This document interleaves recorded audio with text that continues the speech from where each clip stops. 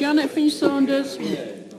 Thank you. Only yesterday here we spoke about the importance of open data collection and recording useful data to inform and develop strong policy. So how bizarre then is it that this strategy is so lacking in measurable targets, giving such little allowance for assembly or public scrutiny?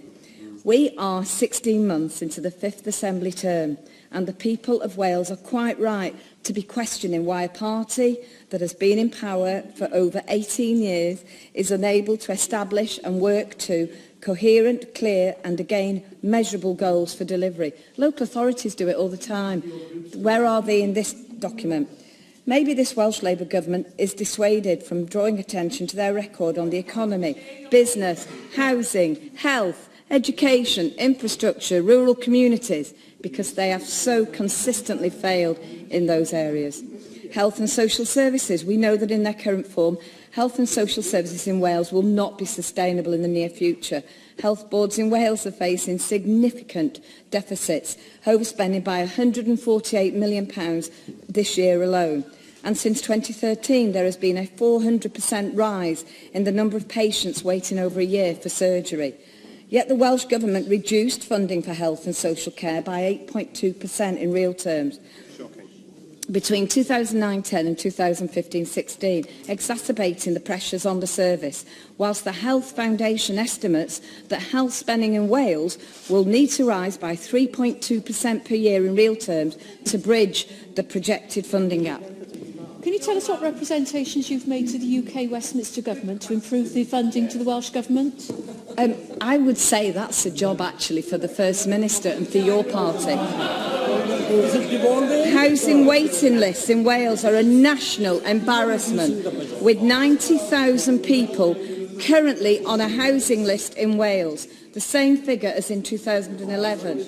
Even more worrying, 8,000 families in Wales have been on an affordable housing waiting list for more than 6 years, and a further 2,000 have been on the waiting list since 2006.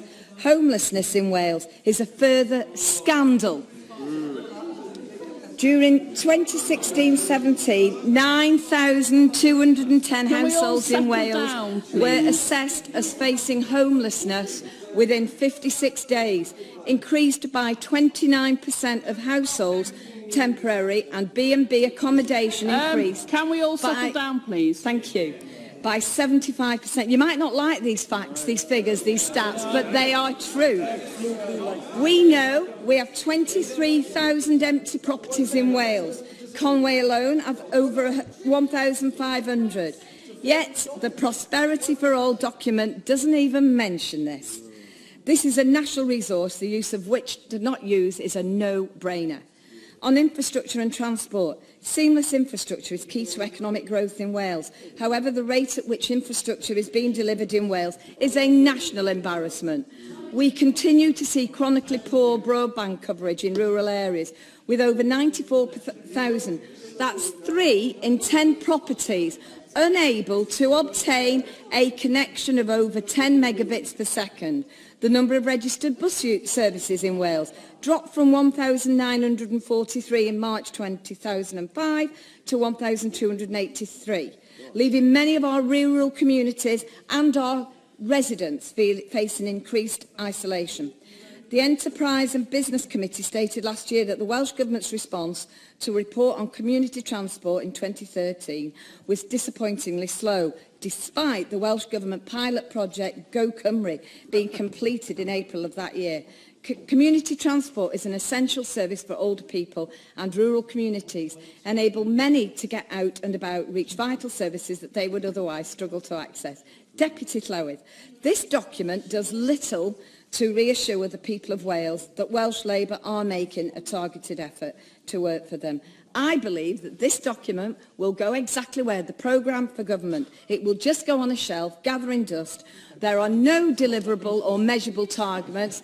There is no outcomes. This government is facing the people of Wales. You are failing the people of Aberconwy as well. I rest my case. On the first